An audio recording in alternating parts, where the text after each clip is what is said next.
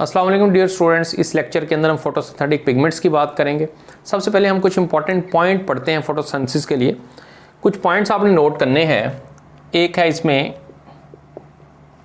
Light which is absorbed is effective for photosynthesis.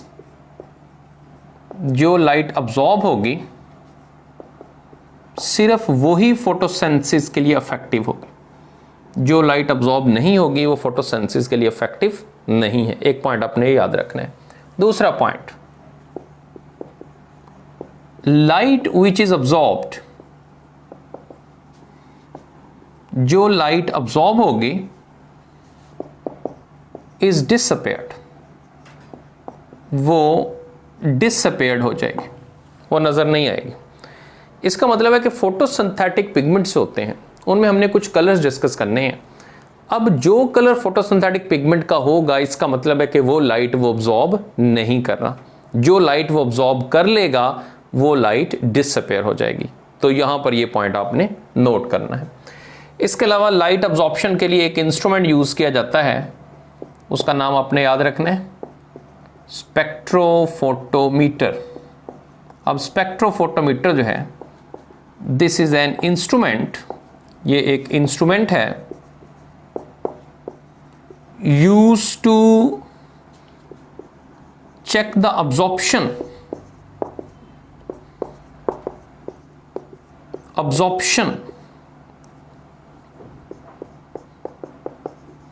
Of light by different photosynthetic pigment. कि जो photosynthetic pigment light absorb करें उसको check करने के लिए हमारे पास जो इंस्ट्रूमेंट है वो स्पेक्ट्रोफोटोमीटर है।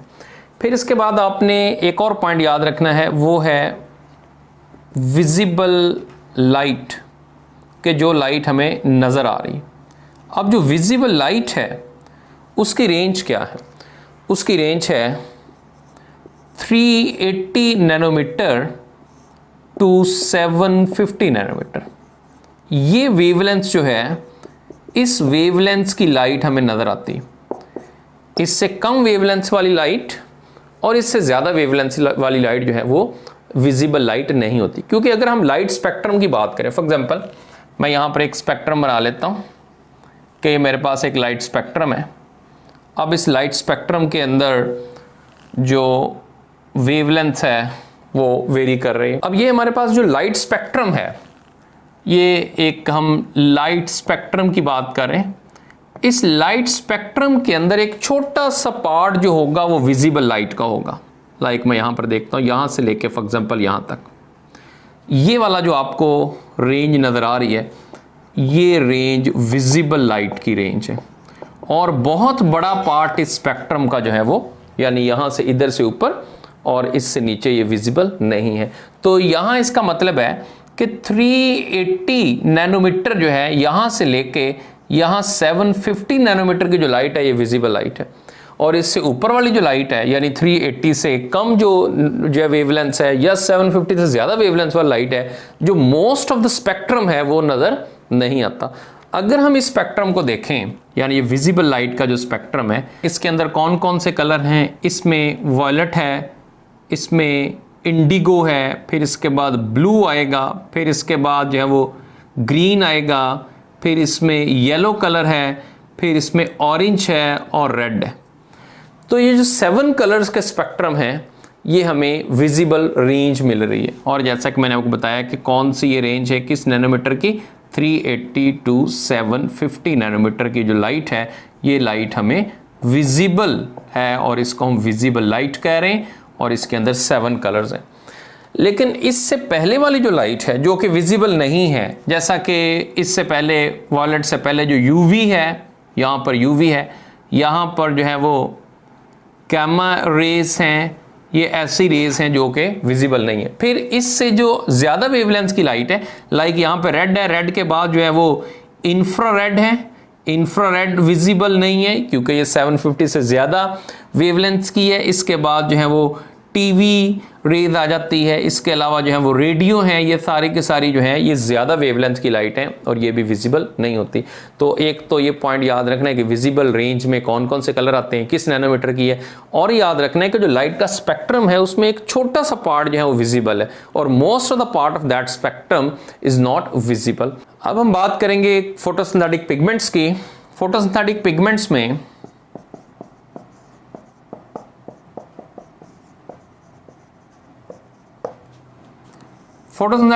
में हमारे पास क्लोरोफिल है। अब क्लोरोफिल में chlorophyll A, chlorophyll B, C, D है, लेकिन इसमें जो क्लोरोफिल ए और बी की अगर हम बात करें तो क्लोरोफिल ए और बी में क्लोरोफिल ए का जो कलर है वो ब्लू ग्रीन है और क्लोरोफिल ए का जो कलर है वो येलो ग्रीन। ये बात आपने याद रखनी, ये मैं यहां पर इनके कलर्स बता रहा हूं, तो ये आपने याद रखना है कि these are the colours of photosynthetic pigment. और इससे पहले मैं आपको बता चुका हूं कि जो कलर जिस फोटोसिंथेटिक पिगमेंट का होगा, इसका मतलब है कि वो उस रेंज को अब्जॉर्ब नहीं कर रहा या कम, बहुत कम अब्जॉर्ब कर रहा है और वो रिफ्लेक्ट हो रही है, इसकी वजह से इनका ये कलर है। अब इसमें से जो क्लोरोफिल ए है उसका कलर ब्लू ग्रीन है, इसका मतलब है वो इस स्पेक्ट्रम को, ब्लू और ग्रीन वाले को कम अब्जॉर्ब कर रहा है, बाकी स्पेक्ट्रम को वो अब्जॉर्ब कर रहा है। इसी तरह से क्लोरोफिल बी का जो कलर है वो येलो ग्रीन है, ये इस रेंज के अंदर आ जाएगा। तो chlorophyll B yellow green colour को कम अब्जॉर्ब करेगा और बाकियों को अब्जॉर्ब कर लेगा। इसी तरह से जो फोटोसिंथेटिक पिगमेंट में अदर फोटोसिंथेटिक पिगमेंट्स उनको हम कहते हैं कैरोटिनॉइड्स।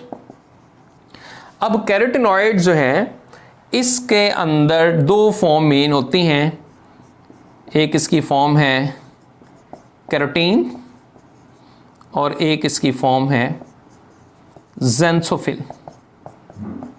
अब अगर मैं इन दोनों के कलर देखता हूं, कैरोटीन के और ज़ेंथोफिल के, तो कैरोटीन का जो कलर है वो है रेड टू ऑरेंज,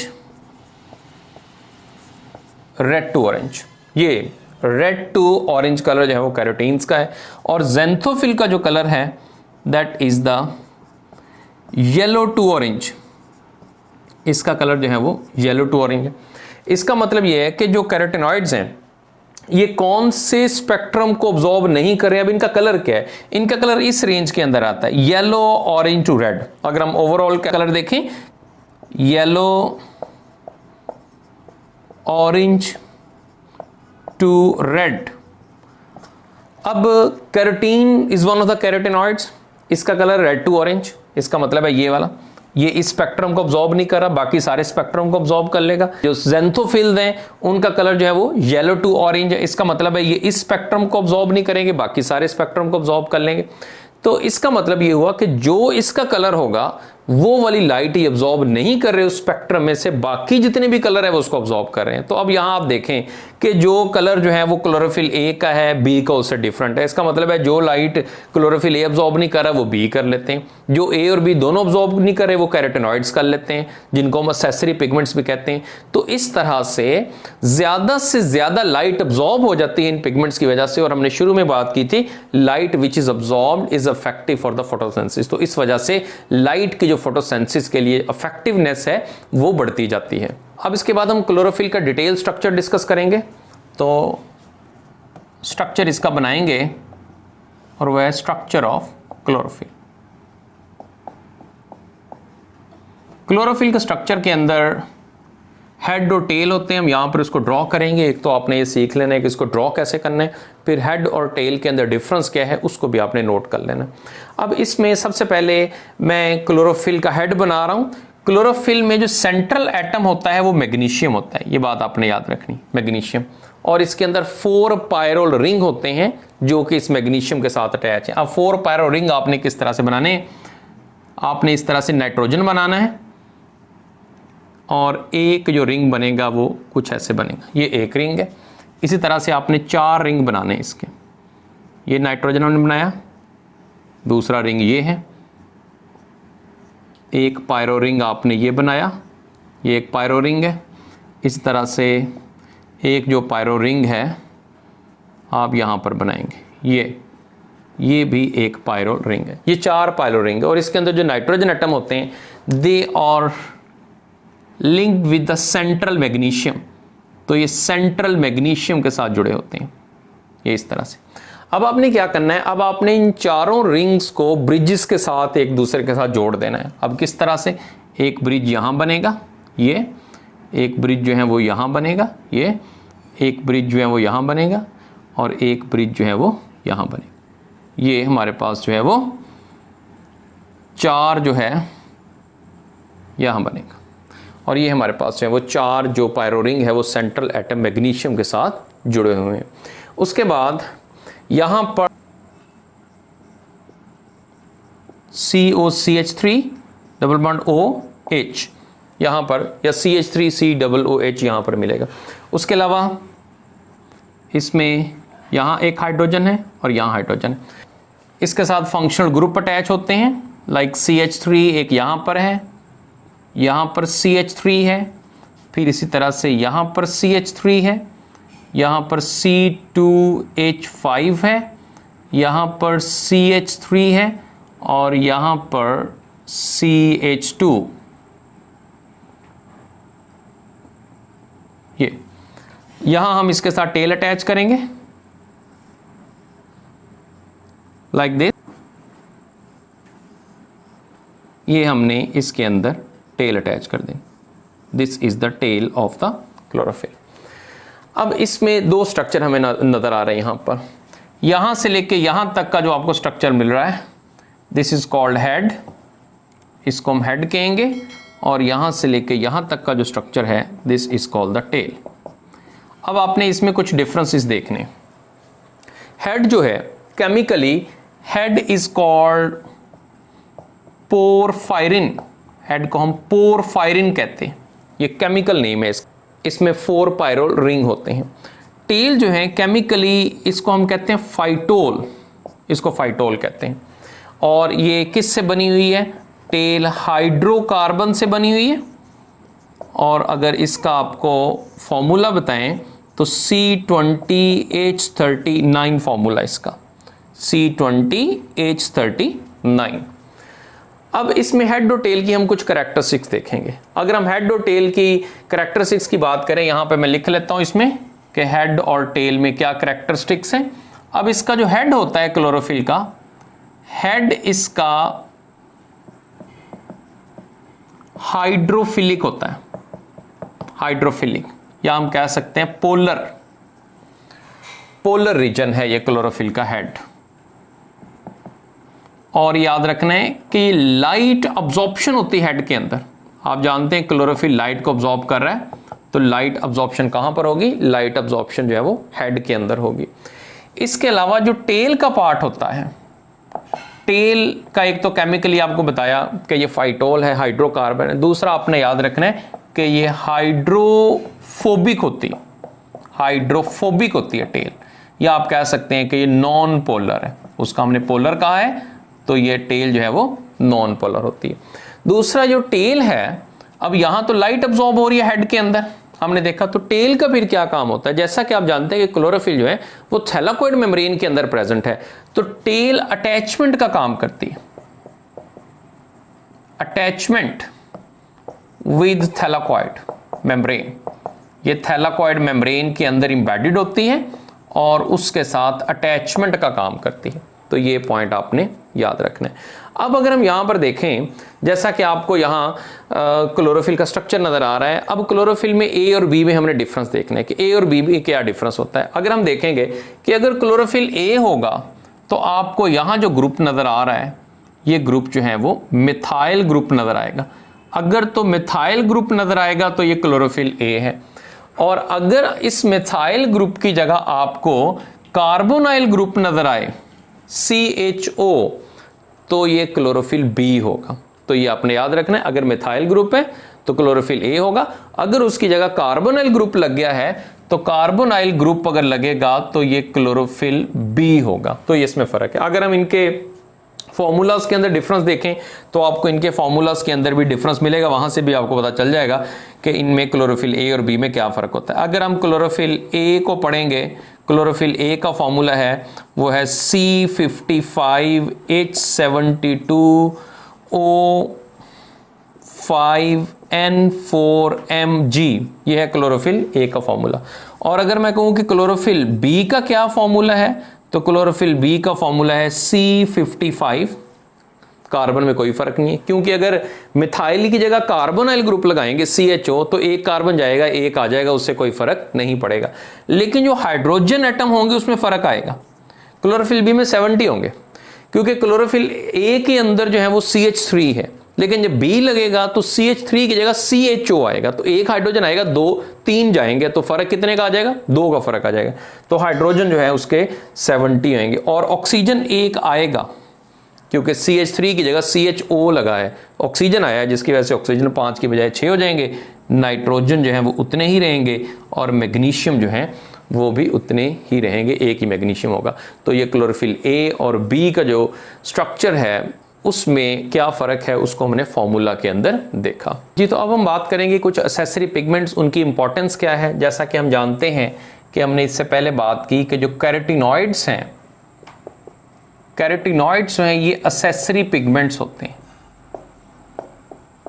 अब आगे हमने डिटेल में बात करनी है कि इनको एसेसरी पिगमेंट्स क्यों कहते हैं, और क्लोरोफिल्स जो होते हैं वो मेन पिगमेंट्स हैं। अगर हम देखें क्लोरोफिल स्पेशली ए जो है वो मेन पिगमेंट है, एसेसरी पिगमेंट्स हैं वो कैरोटीनॉइड्स। अब इसकी वजह क्या है? देखिए क्लोरोफिल ए जो है that actually main photosynthetic pigment, क्योंकि वो लाइट एनर्जी को फर्दर प्रोसेस्ड करेगा और केमिकल एनर्जी के अंदर कन्वर्ट करेगा। लेकिन बाकी जितने भी पिगमेंट है, जैसा स्पेशली जो कैरोटीनॉइड्स हैं, एसेसरी पिगमेंट्स, ये सिर्फ लाइट एनर्जी को अब्जॉर्ब करेंगे, और अब्जॉर्ब करने के बाद उसको क्लोरोफिल ए की तरफ भेज देंगे, और क्लोरोफिल ए उस लाइट एनर्जी को लेके केमिकल एनर्जी में कन्वर्ट करेगा। तो इसका मतलब है कि ये लाइट एनर्जी को केमिकल एनर्जी में कन्वर्ट नहीं कर सकते। सिंपली ये करते क्या है, जो कैरोटीनॉइड्स होते हैं दे simply broader the range of light absorption, ये लाइट अब्जॉर्प्शन की रेंज को इंक्रीज कर देंगे, यानी ज्यादा से ज्यादा लाइट जो है वो अब्जॉर्ब हो, लेकिन ये केमिकल एनर्जी में कन्वर्ट नहीं कर सकते। तो फिर अगर ये अब्जॉर्ब करते हैं तो फिर किस तरह से वो केमिकल एनर्जी में कन्वर्ट होती है? देखें यहां पर एक सीक्वेंस बताया गया है फ्लो ऑफ एनर्जी का, कि अगर फॉर एग्जांपल हमारे पास कैरोटीनॉइड्स हैं, जैसा कि हमने पढ़ा कि कैरोटीनॉइड्स 2 फॉर्म में होते हैं, कैरोटीन और ज़ैंथोफिल। अगर कैरोटीनॉइड्स लाइट एनर्जी को अब्जॉर्ब करते हैं, ये लाइट है, ये लाइट एनर्जी को जब अब्जॉर्ब करते हैं तो अब्जॉर्ब तो कर लेते हैं, लेकिन ये केमिकल एनर्जी में कन्वर्ट नहीं कर सकते। तो क्या करते हैं, ये इस एनर्जी को भेजेंगे क्लोरोफिल की तरफ। तो सबसे पहले सीक्वेंस में ये क्लोरोफिल बी की तरफ उस एनर्जी को भेजेंगे, और वह एनर्जी किस तरह से एक पिगमेंट से दूसरे पिगमेंट में जाएगी, तो आपने याद रखना है कि ये एनर्जी एक पिगमेंट से दूसरे पिगमेंट में रेजोनेंस की फॉर्म में जाती।